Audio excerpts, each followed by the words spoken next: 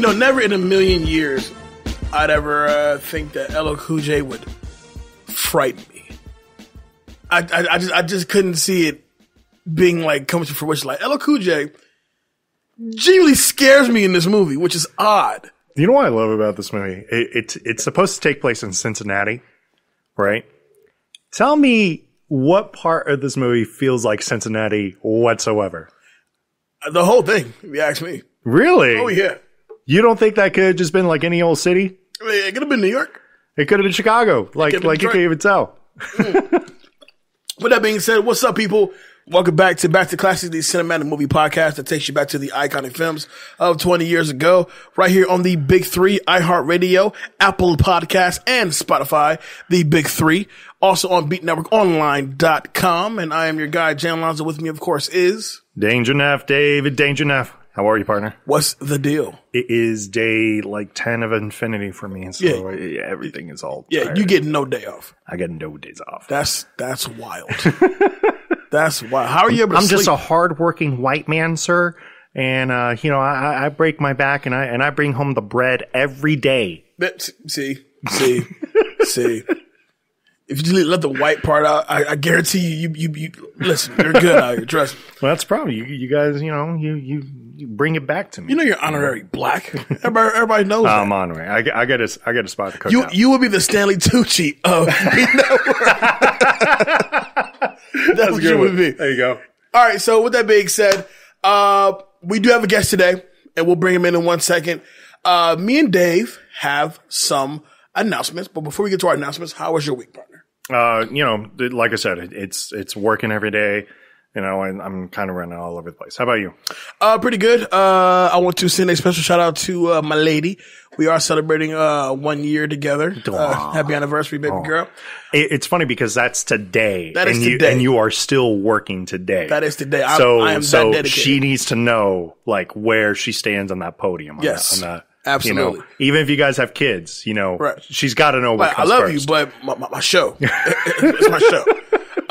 Also, another huge shout out to King Corey of OverTheTopLV.com. I was a groomsman in his wedding over the weekend. Beautiful ceremony.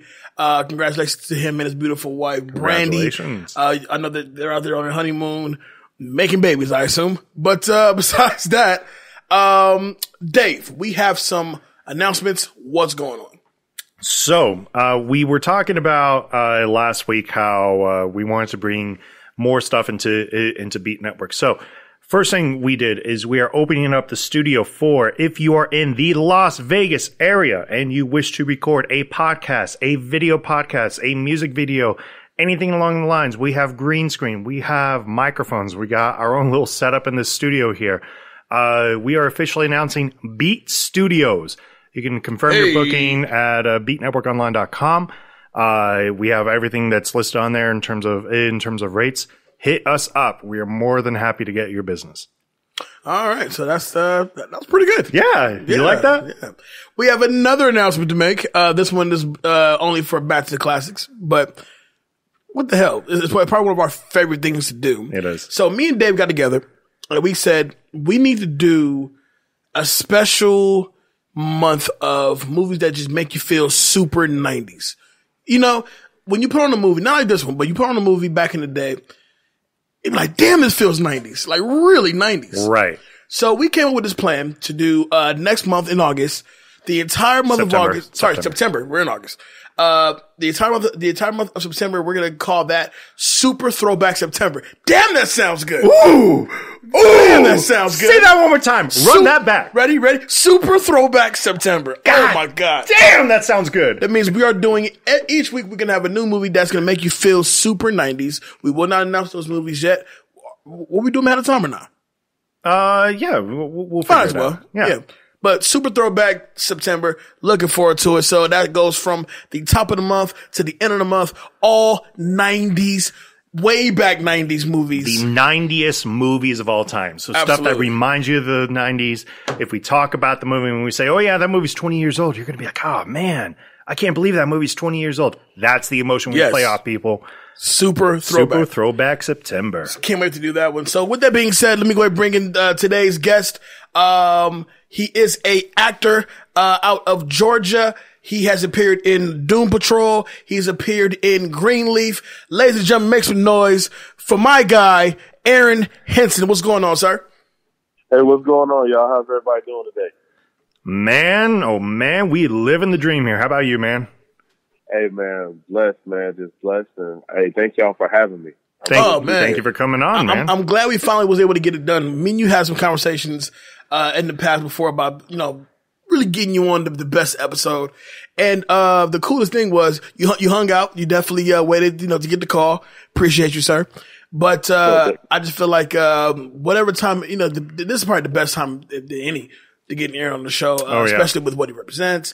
And this movie, if you remade this movie, Aaron would be in it. Well, they did remake this movie several times, just with white guys. I'm talking about this movie though. Oh, this one, okay. All right, so Aaron, so talk to me, man. So, you've appeared in Doom Patrol, you've appeared in Greenleaf, you've worked with Tyler Perry personally.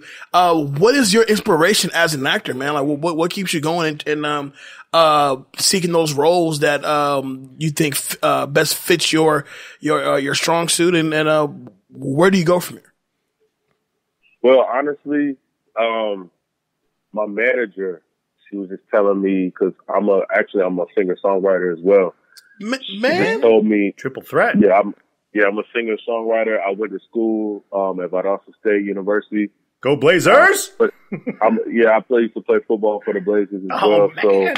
So, I have a degree in mass media audio / music technology, so I'm a double major. Okay. So she listened to some of my music and she said, bro, you can really act. I'm pretty sure that you can, because I make everybody laugh all the time. But it was just natural. So, but one of the things that I really wanted to do for a while was saying, hey, I really want to be on a Marvel movie. I just want to be a part of a Marvel movie because I'm a Marvel head. So, she was saying, hey, you know what? You need to, let's try to go ahead and get you some, independent roles or whatever, where your background just starts you off, and then get you some speaking roles. So around March, I got my first background role for Council Dash on NBC.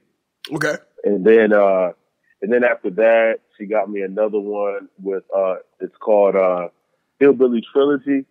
I forgot the guy's name, but the director, he was the original Opie in the Andy Griffin Show. So, man. So wait, so you're working with different movie, generations and all that.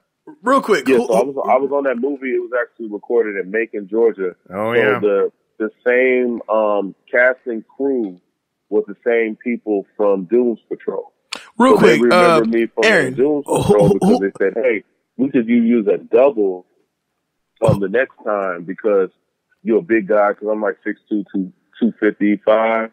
So they was like, hey, we might need to use you for a villain. So we're going to get all your information before we leave. And there might be a small speaking role. So I said, all right, that'll work. So just being positive, talking to everybody when you're in there, networking. Because, when you're doing extra roles, you're like in holding for a long time. But they was like, no, we need you to be around. So anytime they ask, I just get up and I go. So, I'm driving like 3.5 hours to Atlanta because I live in Valdosta, Georgia right now. Mm-hmm. I remember that. So it's been some dedication. I was able to go to Savannah, and that's what Council Dads was. So that's like another 3 hours away from Valdosta as well. So just been being positive, man, and just putting it in, wherever I got to be. Like for the Tyler Perry shows, I was an inmate. So I was like, all right, well, that's okay. Cool. So we just, just take them as they come, man. With each one, I want to learn and be better. Now, what I really want to know is, who do you play in Hillbilly Trilogy? I was a construction worker. So you were so you wasn't a hillbilly? What you saying? No, I wasn't a hillbilly, but I was one of the construction workers. So you get to see a lot of me because, they zeroed in where I was at, like in front of the characters. So I'm in there a good bit. So you worked with Ron Howard then? Yes, I did. Oh, yes, I did. Man, I'm kind of jealous. I'm super jealous.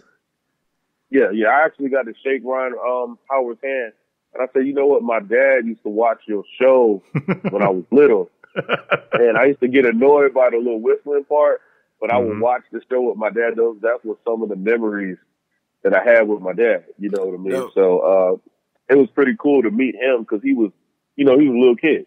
Right. So tell me, what's the role that you seek? What do you think is something that when they finally come calling, what do you think they're going to come call Aaron Henson for? Well, a lot of people have wanted me to like do a villain, a security guard, a warrior, like anybody that's like a bigger guy, and pretty much somebody who's protecting somebody. Like they normally want to pick me for that. Well, you know what? You know what? Honestly, and I think that's a great segue to my next question because you are a big dude. I definitely went through some of your social media stuff. You're a big guy. And not to mention, you also have a nice layout of dogs around you. So I think it's a good segue to the next question. I know that you do have a bully breeding business. Is that correct? Yes, I do. I breed XL bullies. I have some of the best blood in the country. So our dogs range from 115 pounds all the way to 180 pounds. Oh my God. So imagine, so imagine 6 foot. What are you, 6'2"? Oh yeah. I mean, I just bred my 132-pound female to a 170-pound male. So imagine 6'2" with a 138-pound bully walking around with him, and he himself was already big, and then take a big dog that's walking with him. You're gonna pay him his fucking money. Yeah. No, you're gonna pay him his fucking money. No doubt about it. I also breed French bulldogs as well, so so we can. So you can show your sensitive side, so you can get it for the ladies, right? well, you know what? The big ones actually bring the ladies to you, though, for real. I mean, but and my son, he's like my business partner, so he's 9 years old and can control a 155-pound dog. Man, so that shows that we put a lot of work into what we do. I have a mentoring program with my business where before the kids even touch a dog, they're learning about respect, they're learning about character, they're learning about time management, they're learning about marketing, they're also learning about like the anatomy of the dog, how to feed the dog, how to make sure it's hydrated all the time, because there's a lot of nice looking dogs dying every summer because of the fact that people are spraying them down in the middle of the day if they're outside. Matter of fact, my uncle has a big name kennel in Las Vegas as well. It's called Red Line Bullies. He was one of the first people. Yeah, Red Line Bullies. He was one of the first people in the world to start producing these big tri-dogs. What's the name of your business out there in Valdosta? My name is called Animality Bullies. So I got that kind of like from. You got that Mortal Kombat. Mortal Kombat when they say yeah. So that's like unleashing the beast within. So that's kind of like our slogan, because whether you play a sport, because I have Animality Sports with the kids. So I'm teaching the kids like I'm training them for football. So because my son's a football player like I was. My dad actually played in the NFL back in the day too. So, and I have a lot of cousins that's in the NFL. Just if you don't mind me asking, what's your father's name? I appreciate, the opportunity to bring the kids in and bring the dogs out. We do dog shows from Georgia to Florida, South Carolina, Alabama. I'm actually going to come out to Vegas for their next big show soon. So me and my uncle do a lot of business together because, some dogs, we do breedings together. So, yeah, man, it's a beautiful thing. I love it. Yeah, definitely. Hey, what's your dad's name since you say he was in the NFL? Oh, my dad's name was Wilfred Ray Henson. He played for the Redskins. He played with Doug Williams. Nice. Back in the day when they won the Super Bowl. That's dope, man. That's so dope. So tell me about the music, man. You mentioned about the singer songwriter thing. Tell me something about that. Like, so what's the aim for that? Like, you already got some stuff out. What's going on? Well, right now, I'm actually a part of a writing team. It's called Music Theory Productions. They're based out of Atlanta. What we do is pretty much, I've been writing for a long time. I've been writing since I was in college. 2005, I really started writing. And it was funny because like music was like, it was like the girlfriend you ain't really tell nobody about. For me, everybody would look at me and be like, "Oh, this football player dude, like you really can sing." Like, but I've been singing ever since I was 4 years old. So I used to write songs. Like even after I got done playing my football games at Alabama State, and even at Valdosta State, I already had a song that I wanted to record that was already in my mind after the game. Right. So I was always constantly working, I'm classically trained vocally. I'm learning now how to play the piano, and I'm learning how to play the acoustic guitar. So I write country music, I write R&B music, I write pop music. Anything that I can really think about. I mean, I write all my songs unisex, so it can either go for a man or a female. So just been writing for a while. I'm a part of a four-way entity where I'm the one that really writes a lot of the country, R&B, and all of that stuff. I mean, they predominantly do like R&B and hip-hop and things of that nature, but I kind of stretch out a little bit more and I bring a different dynamic to our writing team. That's dope. So you're going to bring like a remix to Old Town Road called like Grassy Pond Road or something like that, right?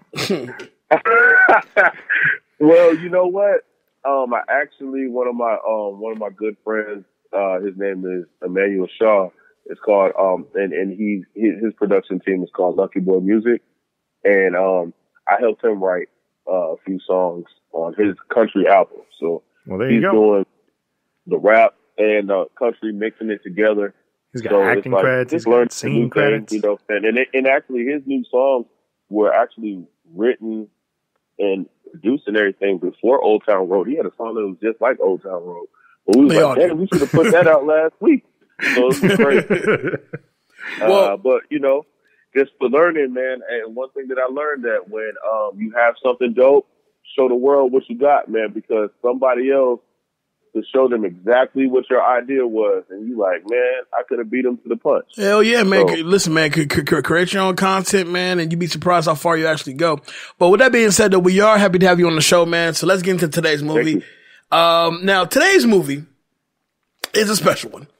It definitely is. I happen to seen this movie. Oh, here we go. I seen this movie in fucking Cleveland.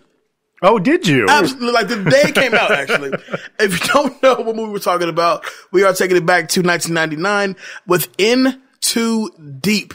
Original release date, August 25th of 1999, shares opening weekend with The 13th Warrior, The Astronaut's Wife, Dudley Do-Right, and The Muse. Production budget was $7 million. Box office total of $14 million. Currently at a 36% on Rotten Tomatoes. Is that? I don't like how that sounds. Aaron, let me ask you: if you had to rate this scale to 0% to 100%, how would you rate this movie? I would give it a 100%. Yeah, Hot take. I really like that movie because, I mean, look at the actors you got in there. You got Omar Epps. You got, I mean, this is where LLCoolJ really got an opportunity to really act and be that villain that people were actually afraid of. You know, to get out of that H2O. to use his bigness for something, you know, kind of scary and impulsive. Yeah, I don't think this movie really deserves a 31%. Jay and I were talking on the car on the way here, and I'd probably give it for myself as a movie fan, probably about a 70-75% easily for me.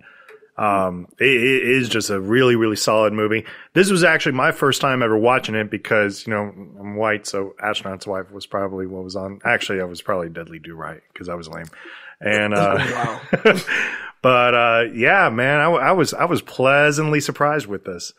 So this movie, is inspired by true events. The backdrop of the story is actually, based around, a situation in Cincinnati, in which the local drug dealer gets pinched by the undercover cop.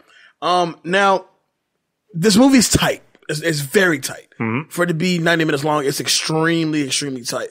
Omar Epps plays this cop named Jeffrey Cole. J. Cole. J.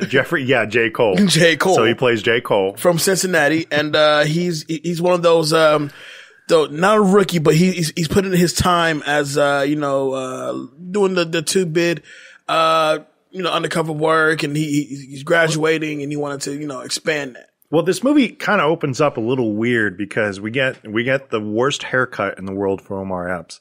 I mean, he literally looks like he's got green beans growing out of his head. Yes. It's string beans, actually. It's string beans, green beans. It looks bad. And he's talking with a class of people, and it kind of has that feel that maybe this is like a towards the end of the movie speech. Which wraps up great. Sure. Absolutely. Sure. But at the time, first watching this movie, I was like, oh, okay, is this either the end of the movie, or is this like, he's like speaking on it based upon his experiences or whatnot? And he's kind of going on through the whole thing. And then it flashes back to 2 years ago. Mm-hmm. And it's kind of talking about how he graduated from the police academy. And like almost immediately after his graduation, he like approaches Stanley Tucci and wants to work undercover for him. So, Aaron, let me ask you, bro. So movies like this often have a slew of cameos of hip hop, legends, really. His first time on the street, Omar Epps' character, first time on the street, he's buying crack from Nas. Yeah. Nas selling crack in Ohio. How does it make you feel? You know what? That was probably tied with his thing in Nebraska that he had going on as well. In the same year. In the same craziest thing. Whoa, listen. Selling crack, that's Old Town Road for real. Okay, let's be honest about that. But what I really wanted to ask you is, we get this, in my opinion, an incredible intro to LLCoolJ's character. It shows you he doesn't give a fuck, and he has no problem. Like he doesn't give a fuck. So the intro to LLCoolJ's character, you're interrupting a guy as he's getting his eat on. Yeah. Let me ask you, Aaron, when you first are in tune with LL's character, what are you thinking at that time? I mean, just power. He let people know who was in control as soon as he stepped in the room. Right. So it was complete power. Like, if you mess him over, you are going to get the business in the worst way. I mean, I remember even seeing what he did to his best friend when he just looked at his woman. We'll get to that. We'll get to that for sure. Dave. So it was like, who messing with him? Here's the thing. Get down or lay down, like Beanie Siegel. Here's the thing. His name is Dwayne Gittins, but in the streets they call him God. And it's basically a play. Yeah. It's a play on his name backwards, basically. Yes. Mm-hmm. Because it's like Gittins, and then the O is something else I can't remember. Right. And then Dwayne. And so he's known as God, and the reason why he's known as God is because this is the kind of guy that even though he is technically a family man in so many aspects, he's a religious man as well. Not only that, but he's also like, he actually gives to the community the first real introduction to the kind of person that he is. Yeah. He commands respect out of that. He commands 80% of all the drugs going through Cincinnati at the time. Mm-hmm. And the biggest part about it is that he gives back to the community. How does he give back? He brings in the entire project's Thanksgiving dinner while also serving them crack. Yeah. But it doesn't matter. Like that's still Thanksgiving. Here's your plate. So Omar Epps is sorry. Here we go. J. Cole is now being tasked to go undercover and infiltrate God's business, and I love that. Once again, this movie is very, very tight. It flows beautifully because there's no room for be like, all right, I don't need this here. Right. Now, with that being said, we have to talk about real quick, like how it led to him actually getting the Gittins case. Because the first thing he did, was he had to deal with the Latino family. Yes. And it was a little crazy with this because he's like hanging out in this household, and they all have him like hooked up to a wire and whatnot. And one of the dudes looks really familiar. They're both very familiar. One is Guillermo Diaz. Yeah. Halfback. The other one is I can't think of his name for shit, but He's been in a lot of stuff. Right. And they're kind of doing this thing because they know that's a huge that he's about to go down for this huge bust, and the moms who's in this scene does not trust him at all for nothing. Now, here's what I thought was crazy. I've heard of wires being stuck in weird places, but I've never heard of a wire being stuck on your nuts before. Now, I had to Google that just to confirm that that's what they actually do, and sometimes what they actually do because most drug dealers are going to think that the wire's on your chest. Right. So essentially put them on your nuts. But the flip side is our balls sweat. Yeah. Especially if you're nervous. So how does that work? Well, you obviously have to, you got to put it on the shaft, I guess, and then you got to always make sure you always have a semi. All right. I guess we'll run with that. So, all right. So you're right. The mom does not trust him. She goes for his nuts. And this whole fight breaks out, and he gets control of the situation rather quickly. Right, and one of the other big parts of it is that he actually danced earlier with the younger sister, mm-hmm. and she actually plays a bit of a minor but very important role in the future of this movie because she doesn't. The friend does. No, I thought it was the sister. No, that's the sister's friend. Oh yeah, you're right. It was his sister's friend. She plays a very key role in this later on. Right, mm-hmm. and everything was busted down and whatnot. And Stanley Tucci said it straight up. He goes, "You have to learn how to care less to succeed in this role. Like you can't care about the collateral damage when you're an undercover cop. And it's true because when this would be called later on, several years later in the movie The Departed." So much of Leo's performance in that movie was how he really could not talk to anybody about his job. Right. So he could, the only person he could talk to was Martin Sheen. He couldn't even talk to Mark Wahlberg about this. Really the psychiatrist, but even that's barely. Yeah, and barely. Mm-hmm. that was a romantic connection more than anything else. Right. So it's suddenly Omar Epps kind of had to grow up in that second. Let me ask this for you, Aaron. If you were put in that situation, could you honestly disconnect from everybody that you knew to get the job done? I mean, you're going to have to keep everybody safe and to keep yourself safe. So it's not just securing the bag, but it's securing your survival. So yeah, I would have to do what I had to do so I can, get deeper than anybody could before.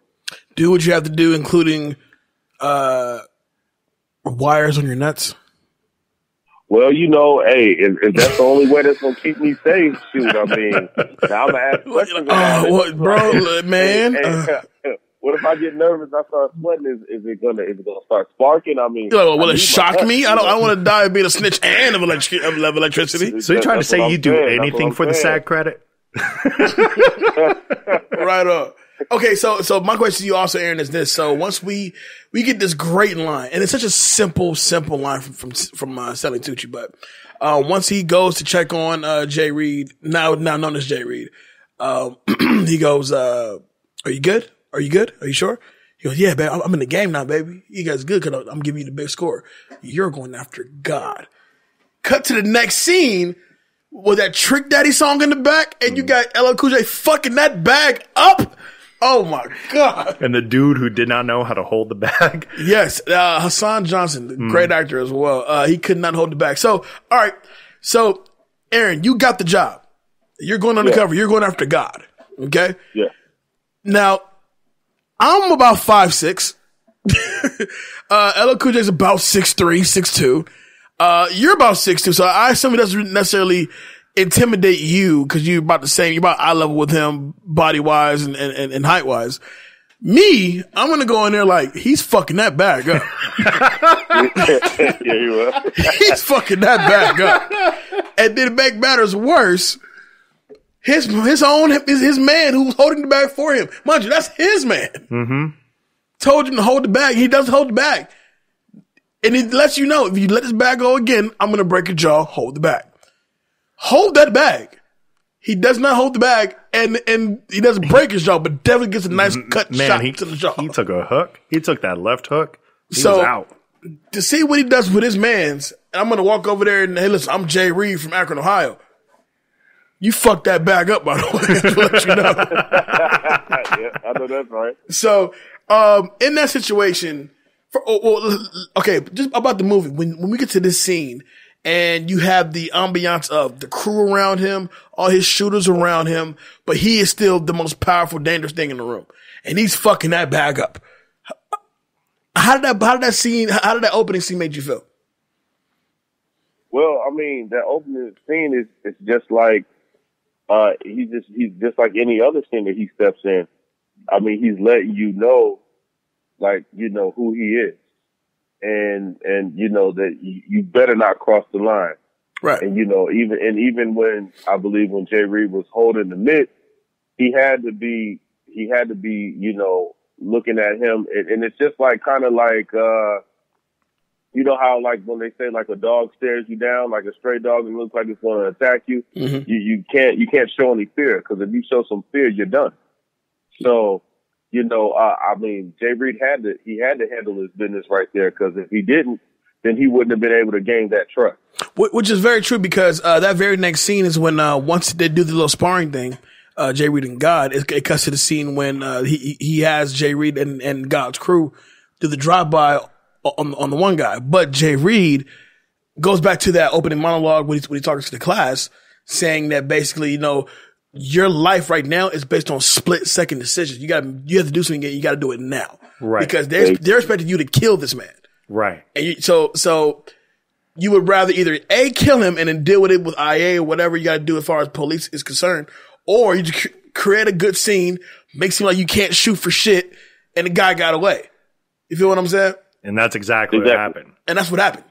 You know, and straight up, you know, so it's kind of funny because everybody was making fun of him because they're like, yeah, man, no, he's cool. Like he's straight. He can't shoot for shit. He can't shoot for shit. I mean, they were like right up on him also. It then cuts to because Cole or Jay Reed needs to get some street cred. He's supposed to ride out with these two guys named Ozzy and Cash. Quick 2-minute drill question. I do not know him. Who plays? I do not know him. Ozzy. I do not know him. You don't know? Nope. Aaron, who plays Ozzy? Hill Hopper. No. That's Breezy T. We're talking about Ozzy and Gash. Ozzy, okay, he's oh wait, I know he's a part of Wu-Tang, right? The one with the cornrows. It's Sticky right? Fingers. It's Sticky Fingers. You don't know this man?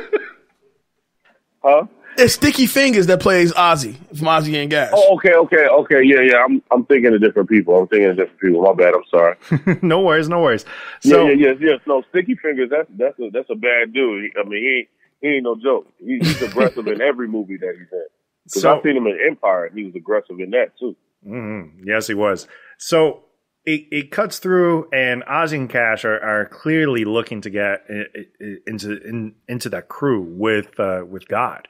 And it seemed like they were going to hit the spot. And he refers to them as the New Boys. Right, as the New Boys. And so instead what happens is that Ozzy and Cash betray Cole and basically try to rob him and try to murder him. But Cole was able to talk his way out and was able to shoot his way out. And which I thought was a really interesting scene, because you kind of understood as soon as you get the vibe of them in the car after the little issue with Ozzy's girl. Right. You get them in the car and you realize, he goes, hey, we driving kind of far for this little 2-bit deal. You know what I'm saying? Realizing now, they're trying to set him up. Right. And and so it makes you think, like, I believe the actual plan was going to be, and they never specified the plan, but the plan was going to be, they're going to rob Jay Reed, kill Jay Reed, and make it seem like the guy Jay Reed was a snitch to begin with. Right. Yeah. So it was really interesting, you know, with the scene, because there's a moment of hesitation that actually happens. And I think it was at that moment right there that D'Ambrosio, who Tucci, who's played by Stanley Tucci, you know, basically was the reason why I pulled him out. Because what happens is, not only does he kind of get his way out of it, but he actually gets a gun and he hesitates to shoot, but he actually shoots the dude, no problem. And kills him, yeah. And winds up killing him. Mm-hmm. Man, it was such a powerful moment in that scene, because it's like, oh shit, like that's something that would mess a dude up, like easily. I don't know. What'd you think about that scene, Aaron? I mean, I mean, for what I looked at, it was definitely something that she was like, oh, dang, when is he going to actually put in the work? And then when he actually does, it's like, now he's really getting deeper than anybody could get before. Mm-hmm. So, it kind of led to like how deep he really got in, and how like, I think that like how he forgot exactly how, like it ended up being like a part of him. So right. He ended up really being a part of it, and like really being torn in between what his job is and what he's actually becoming loyal to. If that makes sense. No, you're absolutely right. And so the next scene is where it kind of gets a little weirded out, because he makes a call to D'Ambrosio. D'Ambrosio says, "Meet me somewhere in 40 minutes. I'm pulling you out." Right. And instead, he goes back and he sees. You said his name earlier, Aaron. I can't think of his name right now. Hill Harper. Yes. Breezy T. And he goes and he sees Breezy T, and he basically threatens him with his life. You know, like, don't fuck with me and whatnot. And then... Well, he believes that Breezy was in on the setup, or God himself set him up. Right. And that wasn't the case whatsoever. Mm-hmm. D'Ambrosio pulls him out, literally by having to show up at his house. And he's like, I need your badge and your gun. And like, at some of those moments with Omar Epps, like kind of the way that he was talking to him, I'm like, damn, man, like, this is still like your supervisor, right? Like, this is like you like up in his grill and you trying to scrap with him, and he's like not your enemy in this case. And D'Ambrosio caught that and basically pulled him out. And the movie changed very dramatically at that point, because at this point, you know, everything's like, you know, it's kind of build up, and then all of a sudden it's like, no, he's out of the game. And so then it kind of becomes like this. I think that's the one problem I do have with the movie. It changed. You don't necessarily know how much time has actually passed. Right. Since getting to this point. Right. And it's changed so much, and it's changed so drastically for you that you almost kind of have to reset your thinking. Because I'll put it this way. If you were to take a look at this movie and you were only to catch this in like separate scenes, you know, from seeing what LL's part is, and then suddenly seeing this Omar Epps and Nia Long, you would have thought it's two very different movies. Like vastly different movies, right? Up until the point where she starts to discover his cop stuff. Until that point, right. You had it was so incredibly different because. And I got to give credit to the director here. He was really trying to make it seem like, hey, like there's a reason why these two really, really worked out at the end of the day. No, I feel it's only right as we need to take a break, take a pause for a second, and truly acknowledge the beauty, the goddess, the damn that is Nia Long. Fellas, do you agree? Ooga. Aaron, do you agree? Please tell me you agree. Oh, all day long. I mean, Nia Long is like, it's not just like she's super fine with the way she looks, but she's a classy lady. Class, so like, 100%. Like when you see her, you know you got to come right. So it's like, even with all of her movies, she's always, you know, not just a beautiful woman, but she just has a beautiful aura. And then this movie, the way they portray her is not like it's either me or the case. It's like, I get it. I get why you want to go back. Just understand, I don't want to be a part of it. I don't want to get that call saying that you were killed in line of duty. Yeah. You know, so she doesn't take it on like in a bitch way. It's like, listen, I care about you and I can't deal with this type of shit. You know what I'm saying? Like, if you want to go back, you want to be the hero. That's cool. Have at it. I just can't deal with it. Right. You know what I'm saying? And I thought, I love how they played that for her. It wasn't like, it's either this or this. It's like, I just can't deal with it. No, like, she was a well-written, very real character. Like she had, first of all, she didn't need him in her life, but she wanted him like in her life. Like she had her own thing going on. She had the ballet, the dancing, you know, the teaching that she had going on. To make a little bit extra cash, she was also a nude model, right? You know, to kind of help out. And it's funny because playing that all out and kind of seeing all that, you know, and that sort of connection. That's why this movie is so kind of vastly jarring, but in a way, really, it when it connects itself towards the end, it's great. what winds up happening is after 3 months of basically being away from the game. Mind you, LLCoolJ has a pregnant girlfriend at this point, and she's popping soon. Right. Like she's popping within a month or so. And what winds up happening is he actually meets up with the district attorney. Well, he doesn't necessarily meet up with him because he tries to get his job back through D'Ambrosio, but he feels like the cop persona and your criminal persona are going to start becoming one, and I'm afraid for you. Actually, Tucci plays it almost like a father figure to him. In a bit, yeah. And I'm concerned about you, but a bit more than you just being my officer and me your captain. Right. I don't want to see you get taken out like this. Right. And not only that, but he really did. Stanley Tucci does a good job of trying to show that he cares, but at the same time, I kind of felt like he was kind of walked all over on also. I kind of wish he would have stood up a little bit for himself. Like, hey man, this is still like I'm looking out for you. If you can't see that, then you really should not be on this case. Right. And that's where I had a problem with Tucci's character. Like I just felt like he was just going to let him talk, whatever, and then he was like basically saying, "Yeah, you're going to come around." Which does bring up to now the DEA agent and the district attorney, who he happens to let just by sheer luck you're in the same boat as him with his family, and you're able to get him to convince him that only you can bring down God. Right, and that was Jake Weber. He's from Dawn of the Dead. You would definitely know him from there because he was basically like the main white guy in that one. And then he was also in Meet Joe Black. He played Drew, which is like the longest Brad Pitt movie in the world, but the longest.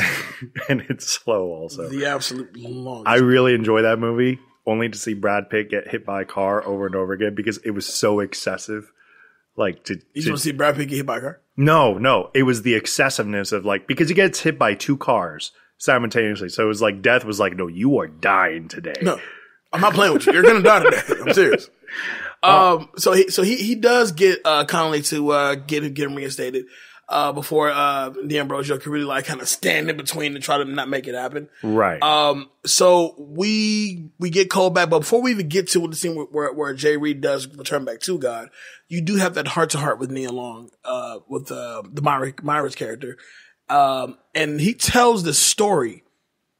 It's simple. It's a simple story, but it's very effective and it's very emotional, and you can kind of shape up his character just based around that story.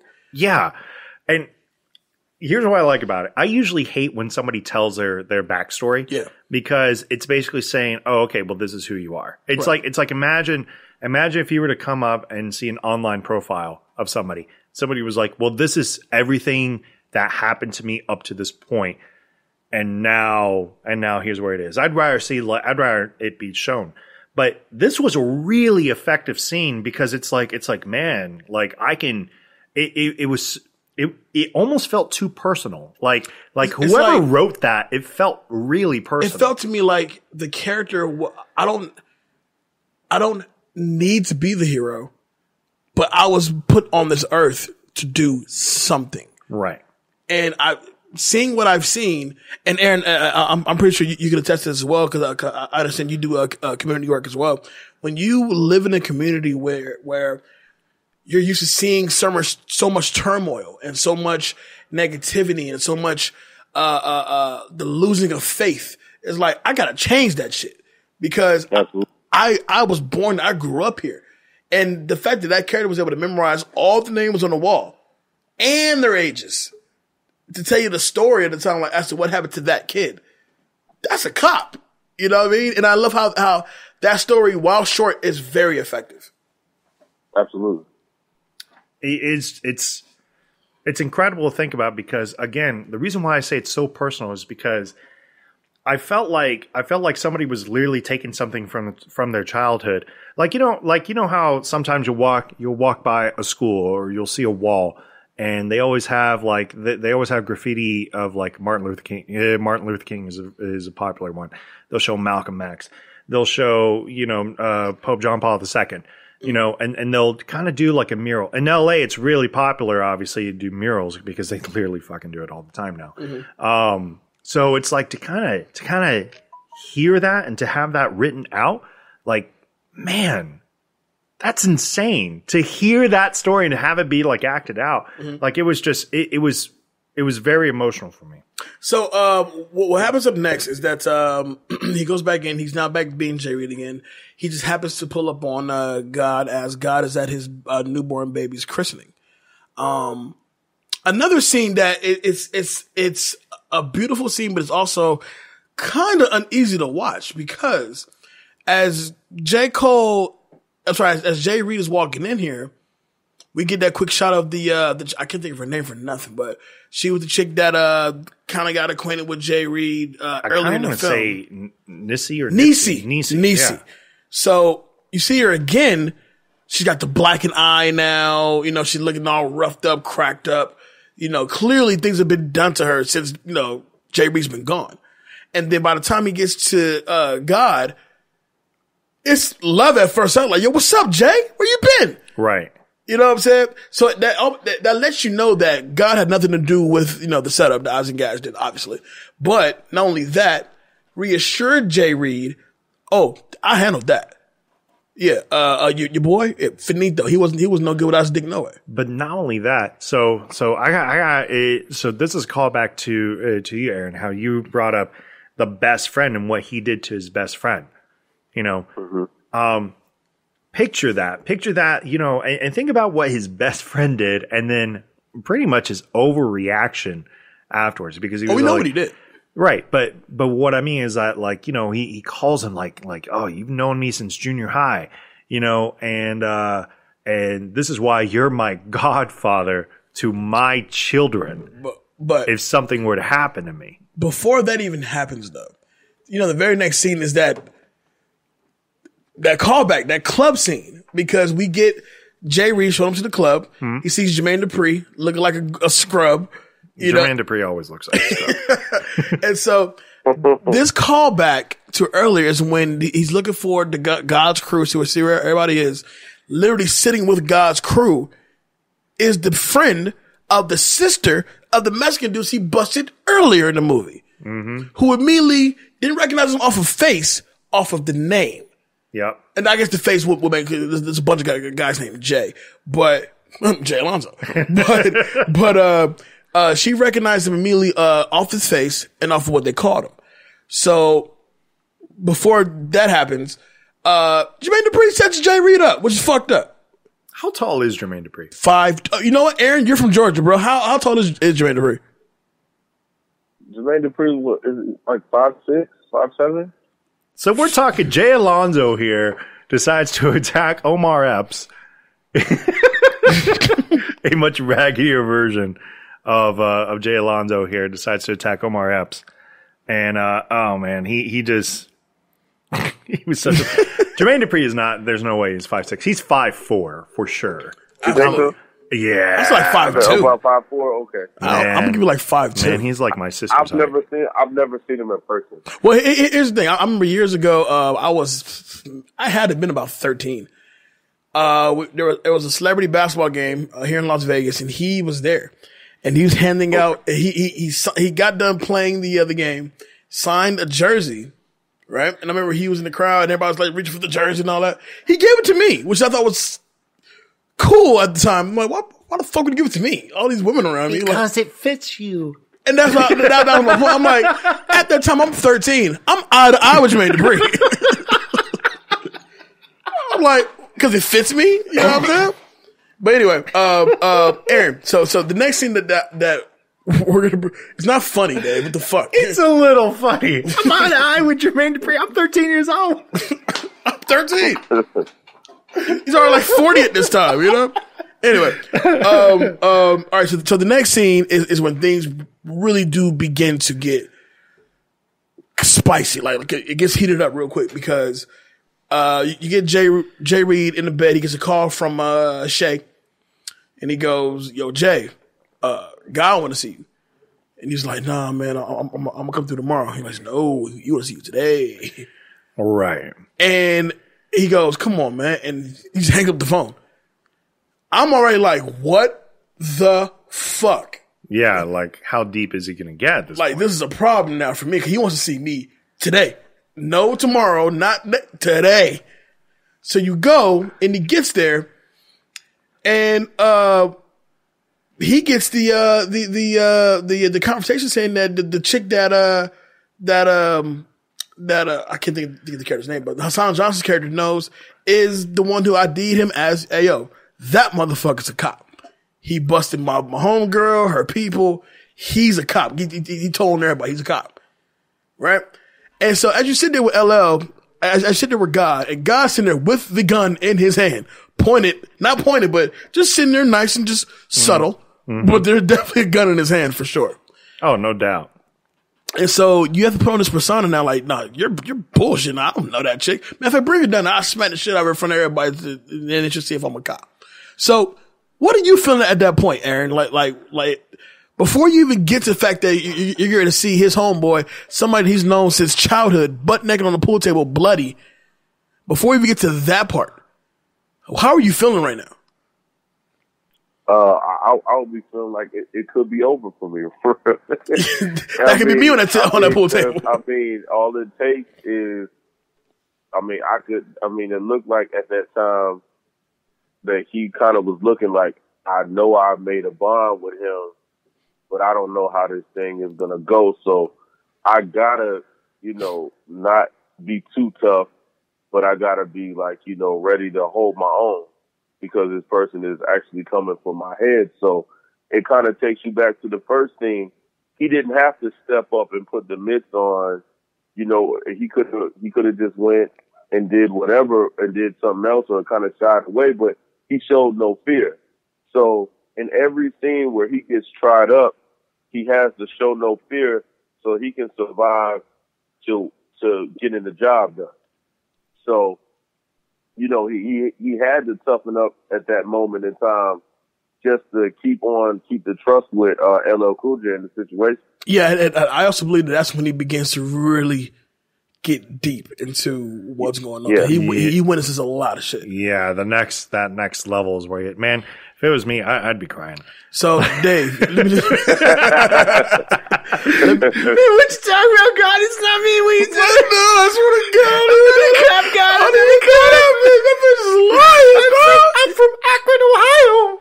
Well, come on, God, please, man. Please, no, please. No, the very next part of that scene is it can very much be my iconic scene. I'm not gonna lie to you.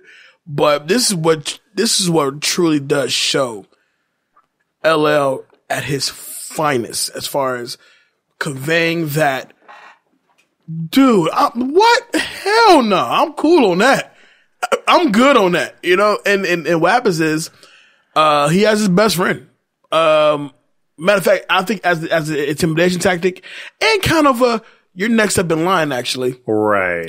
Just make sure, like, this is what can happen if you fuck me over. And that's why I'm in tears at that point. Right. So snot coming out of my nose. So as they're walking down and you see, you get to the basement, whatever, and you see his best friend, the godfather of his child, somebody he's been getting money with for the longest time, is butt naked, bloody on a pool table. Mm-hmm. And he go and he breaks it down as simple as he can. He goes, listen, this motherfucker here, we play in a motherfucking sandbox, and out of all the bitches you can talk to, you said to my baby's moms, I was drunk. I said she's beautiful. I don't give a fuck about none of that. And just to kind of let you know, like, I'm not here for none of that. Breaks the pool stick over his head, right? Was already like, damn, that sucks. The minute he goes, you supposed to be my man. No. He goes, this is God's world. Give me another pool stick. He goes, you supposed to be my man. Oh, I am your man. And I'm about to prove it, motherfucker. Spits in his hand to lube it up. Oh my God. And he's over there. I mean, he's oh my God. He's stroking the cue hard. I mean, choking that cue hard. I'm like, the fuck is he gonna? Oh! No. And that's when I wasn't cool with God anymore. So, Aaron, please tell me, what I'm getting from you, bro, is that you're definitely a man that will stand his ground. You're not the one to be intimidated, but at least if you're going to be intimidated, you can at least meet that intimidation with intimidation, no fear. I respect that. But let's be honest for a second. You're watching a grown-ass man spit in his hand, lube up a pool stick with a lot of aggression. A lot of aggression with that lube. And then, just to let you know, this is my world. He's gonna ram that pool stick right up that man's ass.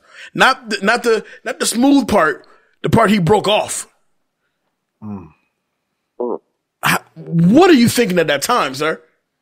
That's one of them situations, like, you know how Bernie Mac would be like, "Oh Lord, Oh Lord, oh Lord." So like, it's one of them situations where he's letting you know what it is. Like, I don't have no cut cards for nobody. Exactly, and you know, you cross me, you're gonna get it in the worst way. This is my man, $100 grand that I grew up with, and you know, played in the sandbox with. And he did the most minute thing, but it was also huge at the same time, where he's not, no disrespect will be tolerated. None. So that's just letting you know that, it would let me know that, I mean, I would do the same thing he did, because that's just letting you know that there's no room for error, not even the least bit. Now, once again, this is where I definitely feel like Jay Reed is definitely getting more deep into the undercover thing. Cole at this point is having identity crisis. It's a distance at this point, because before you even get to the conversation with Myra, you get that quick scene when the guy's delivering he took out the trash, and you see Frisco in the trash getting chopped up. Yeah. Which had me like, shit! I know. That was bad. That was bad. That was real How bad. did you feel when you saw that? I was like, okay, like this is spiraling at this point. Like this is like he's chopped. Like, you know, his left foot is over by his right ear. You know, it's just, and I know bloodied. And I know he's not, he can't bend like that. I can say that right now. He can't bend like that. No, you can't. Not at that age, at least. It's just wow. So he does go to see Myra at this time now. Myra is teaching a dance class, I'm assuming. Yeah, so she's in a class at this point. And it's kind of interesting because she's like, because they kind of met up, and basically she said that she can't really like deal with this lifestyle anymore. And that did not go well with him whatsoever. And, you know, he tried to like make it up by kissing her and whatnot, and she wasn't feeling it. And then they kind of get into an argument out in the street. Now, being out here in the West Coast now, two white cops come up to him and basically, you know, was trying to have a conversation with him, just being like, hey, no, come on over here. Let's talk over here real quick. And he pulls his gun on him. Oh, you're getting shot, bro. Yeah, man. Like you're getting shot, bro. That's the one part that was like, that's not believable at all. Like, I'm sorry, but if a dude pulls... That's why this is Ohio. I know. Not LA. Man, I don't know. Some of the stuff that's happening in Ohio. He pulls out his gun, points it at both officers. He's like, I told you I was already a cop. Like, and you know, Nia Long is going along with it, but she's like trying to get him to calm down. Mm-hmm. These dudes straight up, the first thing the white cop pulls is pepper spray. I was like, that's not believable either. Cause you pulling I don't believe that. Cause you pulling out the other gun and y'all banging right there, you know? Man. I know that's bad, but you know, this movie does move along so well because this a next scene as well, which I think is so effective, man. He's riding Jay Reed is riding in a car with God. At this point, God is letting him in as far as like, he's committed. He's like, I believe you. Yeah, he's letting him in. And they linking up at this point. And so, which is crazy is, as they're driving, it's raining outside, and Jay Reed asks him, "How much is the Empire worth?" It's worth $11 million. Mm-hmm. And as they're riding, you know, they're kind of just. It has his son in the back seat, so there's just two guys taking a drive. Mind you, the son looks like he's like a year and a half at this point. So time has passed, right? And then all of a sudden he just goes, "I've been looking for these motherfuckers," and you see Niecy and some dude she's with.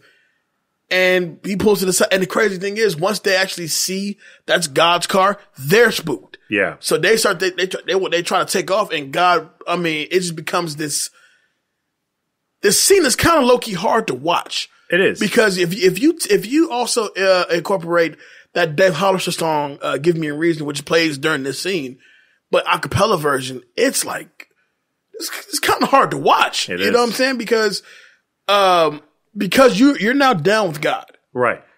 But more than that, you're down with God, and the woman that you was once dealing with, you now need to beat her and her dude up because they've been playing with God's business.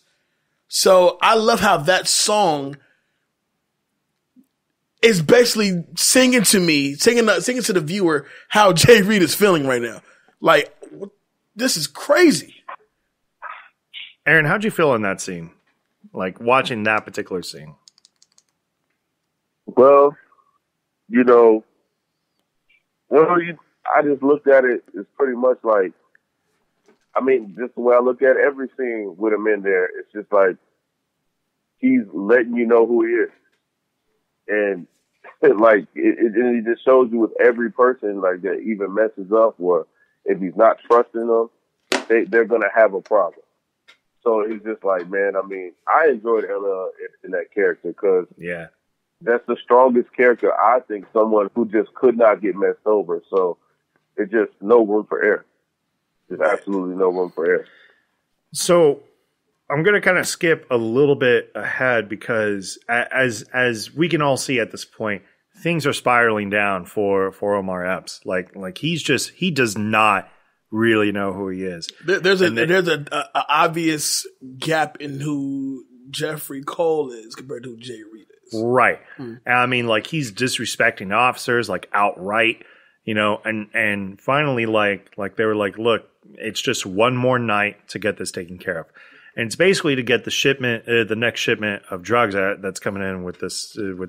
They said it's a Mexican guy. It's the whitest guy, like, out there. Both guys are white. I'm like, where did you guys get Mexican from? Like, no, I think he was the middleman because I think Jerry Anderson wanted to go right to the source. Like, yeah, because he called him Irish, and I'm like, I don't know. It felt a little inconsistent. Right. So, and of course, Stanley Tucci's like really trying to pull him out, but like it's not going to happen at this point because everybody's convinced that he can't take God down. Right. And it winds up happening where they go. There's an exchange. There's straight up an exchange with money and drugs, and the cops all come in. The two white guys basically get shot down, and God winds up putting down his gun and has his arms up.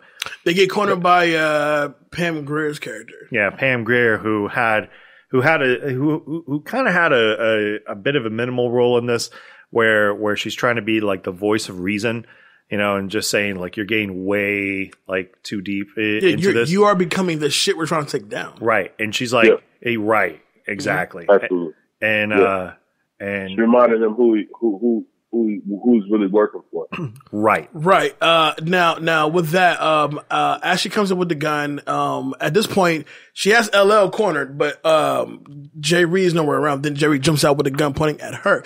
And you can see in his eyes, he's trying to figure out, what do I do? Like, I'm Jay Reed, so I need to kill her. Or I'm Jeff Cole, and I need to just put the gun down and go from there. And you sense that because when she's trying to plead with him, yo, put the gun down. Put the gun down. You're not, this is not who you are. Right. And that's emotional as shit because once he does put the gun down, and of course, the Weasel DEA director, whatever he is, I hate him with a passion. Right. Just to embarrass him, he goes, Officer Jeffrey Cole, can you read him his rights? So now God so disbelieved that I don't believe it. You ain't no fucking cop. Right. No, he's been a cop the whole time. That may actually be my iconic scene. Like that entire the standoff, the reconsideration of the character of who you are, of who you're actually supposed to be, and then the betrayal at that point, with the reading of the rights and whatnot, and LL is just nailing the part, like, perfectly, and I'm like, man, because it's the line. Once the car, you're not a cop, you a sellout. Yes, that's the line. He said, "You're not a cop, Jay Reed. You ain't no cop. You a sellout." And I love how it's almost like God is more offended by the fact that, nah, fuck the cop shit. You sold your old people out. Right. Exactly. You know what I'm saying? So that digs so deep into one's psyche. Like, damn, I just betrayed somebody. He was a piece of shit anyway. And not only that, but if you remember earlier, and I said I did say I was going to skip a little bit ahead, but like the way Omar Epps was like talking, he was like, yeah, I can run this empire, and get control of the drugs from there. He's over here, he's paying two dudes with his own money, to make sure that, oh man, these cats aren't going to be loyal to him, which is true. Because all the cats really care about is, getting the bag, and they don't care who's the person that's feeding them. And he does explain that to Preston by telling him, like, listen, these young cats, man, they'll smoke them in a second, but all they'll do is give it to me. Everybody trusts me to this point. Now, this movie does begin to wrap up at this point. We get the court case scene, and the court case. He does testify. He does testify. Calls him. He's the one over there with the bald head. Bald head. And LL is just so cool in this scene. He doesn't even look up at him or whatnot. He just kind of like, and then that was that.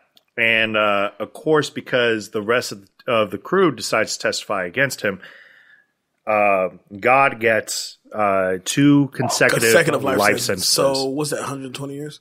No, it's when it's called life, it's just life. Well, no, technically life's 60 years. I think it's longer. Are you sure? We'll look it up. Anyway. Yeah, so he gets 2 consecutive life sentences. And I also love the fact that when he is hit with his sentence, he doesn't fight it. He doesn't put up a big, he just closes his eyes like, yep, that's that. Right. And the movie does wrap up very well because, he's able to find himself again. He's sits in therapy with other undercover cops who got too deep, to get their mark, to finally get their mark. And then he finally does, what we assume patches things up with Myra. And, kind of. Like, it wasn't necessarily that they patched things up. It's just, he's back as him. Well, yeah, but he's going to Chicago. And, he's heavily implying that he would like for her to come out there. But it isn't actually said if they actually get back together. Like, but let's be real. Come on now. Yeah. Maybe. But then you get the final scene, which definitely cuts back to the beginning scene, and now it totally makes sense now. As far as like the last line in this movie, also is very, very effective because he simply says, "We're talking about your life out there, your life," and then credits.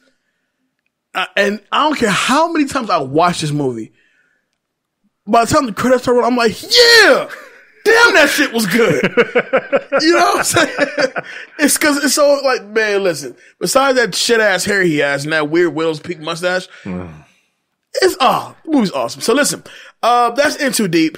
We'll kick it off with you, Aaron, since you are today's guest. And I thank you once again, brother, for rocking with us this long. Aaron, who's getting your That Guy award? I'm gonna give it to. I'll give it to Omar Epps. Jay Reed, why is that? Solid. Well, I got to give it to him because he ended up completing the job.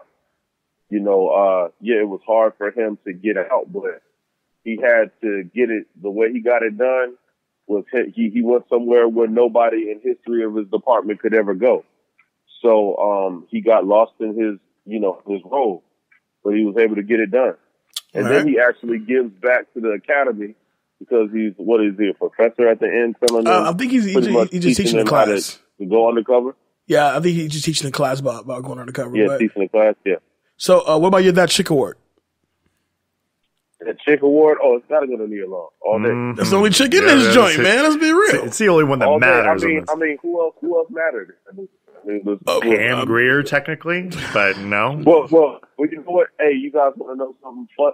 Something real cool. Mm-hmm. My uncle used to date Pam Grier back in the day. Did she ever point a gun at him and tell him to put the gun down? Let me tell you something. I don't know, but that used to be his girlfriend. When you say back in the day, we're talking like Coffee, Foxy Brown era. I believe she's from Denver, and he told me that's where he met her. And I didn't believe him until he showed me like pictures of them together, like they were in a real relationship. I was like, wow, man, that's crazy. You're the player of all players because Sam Greer, I don't know how to that All right, who's getting that This Fool award? I would this Fool award I get at the Hill Harper, Breezy T. Yeah. Why? Yeah. Interesting. Well, I like that. I mean, you saying that fool? Like I'm thinking like he's funny in there. Like, oh no, as far as like your least favorite character. Oh, my least favorite character, Jermaine Dupri. Yeah, that's a good one. He's real spicy, man. He even had like a snake's name, Melvin. Yeah. Yeah, that's Jake going back with grimy ass Melvin. Like, Melvin, you slick son of a bitch. All right, cut that out. What scene would you cut out this movie? I didn't want to see the whole spit in the hand, the whole butt raping thing, bro. I felt bad for him. Fair enough. Iconic scene. Which one now? Say that one more time. Your iconic scene. The iconic scene for me would be like when they did the whole drug bust. Oh, the last scene. The last thing, yeah. Okay, all right. Yeah. Danger Neff, who's getting your that guy award? I'm going to give it to LL. I really enjoyed Omar Epps in this a lot. But his character did have, because of some of the jarring events that happened, that's not necessarily his fault. It's more the writing that kind of happened. Like it kind of took me out of it just a little bit. LL though, he was intimidating. He was cool at the same time. He took care of the community with turkey and crack. He did. and at the end of the day, at the end of the day, like you know, he was there to get his by any means necessary. That chick work. I'm going to give it to Nia Long. Obviously, she is perfect in every single way. Like I had a crush on her when I was a kid. I still probably have a crush on her if I see her now. I don't even care. She's gorgeous. She's a goddess. Lord. This Fool award. I'm going to give it to that scumbag DEA guy. You know, because he was basically like, yeah, like nobody has gotten deeper before. He reminded me of Joe Pantaleone, you know, where he's just like, yeah, like he's never gotten like that deep. Like, you're right. Nobody's ever gotten that deep before. It seemed like to him, it was more about just getting that headline clip, like we got the guy. Right. And that's cool. Like I don't mind that, but man, he had no problem sacrificing. He had no problem sacrificing agents whatsoever. None. Like it was just like, all right, well that's another W-4 I don't have to file this year. Cut that out. I'm going to say, so this is a tight movie and it's kind of tough to cut that out, but that jarring like transition to being, you're in the game, now you're no longer in the game anymore. I kind of want to cut out Jermaine Dupri's character. Like just in general, because grimy ass mouth. Yeah, because there's no point to him. He never showed up. Grimy ass Melvin. Grimy ass Melvin. Yeah, that's Jay. Going back with grimy ass Melvin. You know, because there was no point to when him. When they refer to you as grimy ass anything, we know you're up to no good. You know what I'm saying? But Melvin, you never trust a motherfucker named Melvin. Never. It's grimy ass Urkel over there. Look at grimy ass Steve over there. You cannot tell me that guy was not related to Steve Urkel. That's grimy ass John. It's Steve Urkel, you know, as a gangster. 5'4" with the reddest velvet, you know, suit you could possibly find. And what's your iconic scene? Yo. grimy ass Melvin. Iconic scene. Yeah, go back with grimy ass Melvin. Iconic scene would have to be the punching bag scene. Okay. Because you get to see the power and prowess of LL in this scene. And just like how he basically has no problem, and it was kind of a foreshadowing of like what he would later do, where he had no problem whatsoever of just be like, yo, hold the bag, no problem. And then he just like decks his own dude for not doing something correctly or doing something right. So he had no problem replacing any of his crew. And then you get the transition where you see Omar Epps holding his own, doing holding the mitts against LL. And LL's, he's throwing good combinations. They're the same combinations, but he's throwing good combinations. And they're landing. And you're hearing the pop from the mitts. Mm-hmm. Yeah, that to me, like even though it's kind of it's the De Niro versus Pacino at that point. Right. It's that heat moment. Mm-hmm. My guy, Jay Alonso, who is getting that guy award? Honestly, I was going to give it to Jay Reed, but I can't not give it to God, man. Like the way LL plays this character, I read somewhere that he said, somebody asked him, would you let your children watch you in this movie? He goes, I would never let my kids see this. No.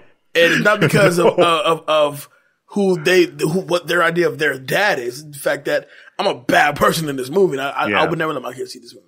Yeah. And I'm like, I respect that, but that makes you that much doper as a character. Cause you really dove into that shit. And with that being said, honestly, the last time a rapper played a villain that really struck something, like, was LL in this movie. Yeah. I mean, I agree. I can't think of another performance by a rapper like, yo, he played a hell of a villain, except 50 on Power, but that doesn't count. Yeah, but nobody cares about 50. Yeah, whatever. But yeah, LL, man, easily. Yeah, easy. That chick award. That chick award goes to Queen Nia, of course. Myra. I was gonna give it to LL's baby mama because she was bad too. But nah, she was whatever. Well, you don't see enough of her. She's still whatever. Well, compared to Nia, she's whatever. Yeah, exactly. I didn't want to bite you guys that chick award. I want to be different. No.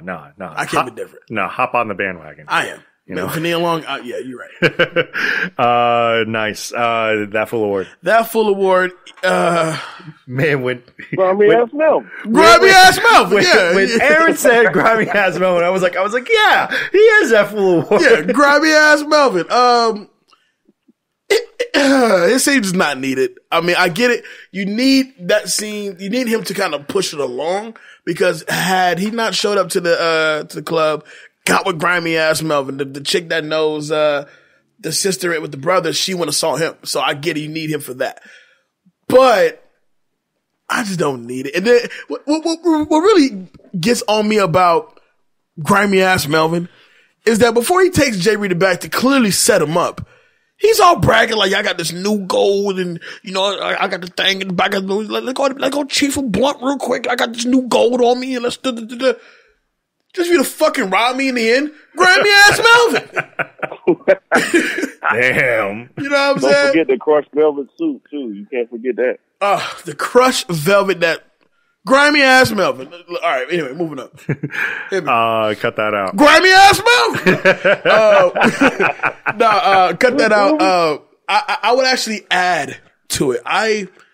Though I was satisfied with what we got, I was just kind of yearning for more scenes with just LL and Omar Epps. Sure. Yeah. Towards the end, especially. Toward the end, I want to see a bit more of them just kind of feeling each other out. Right. We know who Omar is and we get the sense of who LL is, but, yeah, if we could extend this movie out to like an hour 45, I would have been good with a solid 2 hours of this movie. No problem. And the reason why I say that is because I would have loved to have seen the effect of LL and him bringing Jay Reed in to let him know, like, this is a brotherhood. I trust you now. I've had nobody tight with me since Frisco because now what you're doing is yeah, the last guy you were tight with, you shoved a pool stick up his ass and then you chopped him up. Not my business, whatever. but more than that, though, I kind of wanted to expound upon the fact that was Omar Epps an only child? Right. Did he have friends growing up? Like, right. Now you have this entity that's trying to reel you in and let you know, I trust you when I go, or better yet, I'm so down with you and you're so down with me. I may have to murder you so you don't do me first. He now has the fear. God now has the fear that you may take him out. Right. Because we're so tight and you never back down for me. Yeah. I want to see more of that. I wanted them to really expound on that. You know what I'm saying? That's my only cut. I would add to that, not cut it out. And final one, iconic scene. That's a man. Oh my god. Okay. I'm sorry, man. That pool table scene is what I call iconic. I mean, it's a turning point in the movie to let you know, like, shit is getting real, and not just getting real; it's getting realer than real. Yeah. And I love because the component scene to that is when Jay is giving the goons Bridget T and Shay some money because God don't pay them like that. Right. And he goes, "Well, how come you don't ask for a raise? A raise? And why not butt naked on the pool table? I ain't feeling that shit. I feel you, dog. I'm not with that either. Yep. You know what I'm saying? So I wanted to see more of that, but at the same time, for it to be such a tight, condensed movie that runs fairly smooth, I'm cool with what I got. All right. Very cool. Let's get into some quick hits in this thing, and we wrap this puppy up. It's gonna be a quick one. Quick hits. According to Omar Epps in several interviews, Into Deep is based loosely on the true story of an undercover police officer who infiltrated an inner city drug empire and took down the crime lord in charge. The undercover cop later committed suicide as a result of being in too deep in his undercover character role within the criminal organization. That's huge. Now, have they shown that in the movie? Oh, man. No, you couldn't. You couldn't. But damn, it would have been... Wow. It would have been powerful, but you couldn't. Man. Can you imagine if the ending credits, this is your life. End credits, in memoriam to this guy. Man, you would have felt like shit. Like, no, he fucking died? He killed himself? Shit. All right. According to an interview in 2018 by Omar Epps on The Breakfast Club, the infamous pool stick scene wasn't originally written in the script. LLCoolJ brought the idea to the director because he really wanted to show his range as an actor. So that was that came from the brain of LLCoolJ. I knew he wasn't one to be fucked with. I knew it. Next one. LLCoolJ's wife Pam, played by Veronica Webb, was also featured on the 1989 cover of his album Walk with a Panther. Mm-hmm. And finally, LLCoolJ and Omar Epps later starred in the first episode of the second season of House, called Acceptance. LLCoolJ played a death row inmate. Yup. Ladies and gentlemen, that is Into Deep with special guest Aaron Henson. Thank you very much, my brother, for joining us today, man. We really appreciate you. Thank you got to come back for another. I really appreciate it. Absolutely. Let the people know where they can find you, man. Oh, you guys can find me on Aaron _ Animality Bullies on Instagram, or just Animality Bullies. That's the fan page. So Aaron _ Animality Bullies on Instagram, and then Animality Bullies. So we taking everybody, so everybody it's open, so you can contact me directly on there. I just thank y'all for having me on here, and soon I'll probably have a acting page as well. So acting and music theory too. You guys can follow us on Music Theory on Instagram as well. All right, man. Danger Neff, where can they find you? All right, you can always find me on Instagram, Facebook, and Twitter at David Danger Neff. I'm the co-host here at Back to the Classics, and we have Beat Studios. Beat Studios is open for you to book, for those of you who are interested in getting into the podcast game, into video editing, into YouTube skits, whatever. Doesn't matter. We're able to book it. We're able to get you in, and we're able to make sure that we make you look good. So, Beat Studios at beatnetworkonline.com. You can always find us through there. My guy, Jay Alonso, where can they find you? You can find me on all the social media simply at I am Jay Alonso. That's Facebook, Instagram, Snapchat, and Twitter. You talk to me and I'll talk back. Of course, the Back to the Classic Movie Talk group on Facebook is popping. Go ahead and jump on there and join the conversation. I'm doing a bit more talking nowadays on there. That's pretty dope. Don't forget, next month, Super Throwback September is upon us, people. Don't sleep on this. All month next month, except for one episode, because we have a very special guest on that one. But all month next month, we're going to take it back as 90s can get with these movies. Mm-hmm. When I tell you about 90s, we're going to dig deep in some 90s shit. Yep. I mean, deep into some 90s shit. Beginning next week. Of course, don't forget to follow us on Instagram at BTTC Podcast and on Twitter at BTTC Podcast. And of course, follow us on the big three, iHeartRadio, Spotify, and iTunes. And don't forget BeatNetworkOnline.com. Said all that good stuff. We're good to go. We're done. I think we're good. Well, damn it, we're good to go. This is Back to Classics. I'm your guy, Jay Alonzo. With me, of course, is Danger Neff. Huge shout out to my boy Aaron Henson. Come again Thank soon, you again, bro. man. We really appreciate it. All right? I appreciate y'all. Hey, can I shout out my son right quick? Do your thing. Hey, man, shout out to my son, Miguel. And I also want to shout out all the brothers from Omega Psi Phi Alpha Gamma Chapter, TD Square Chapter here in Valdosta, Georgia, Ruta, all the good Qs out there. Hey, with that being said, this is Back to Classics. We'll see y'all next week. Peace. Peace. Peace.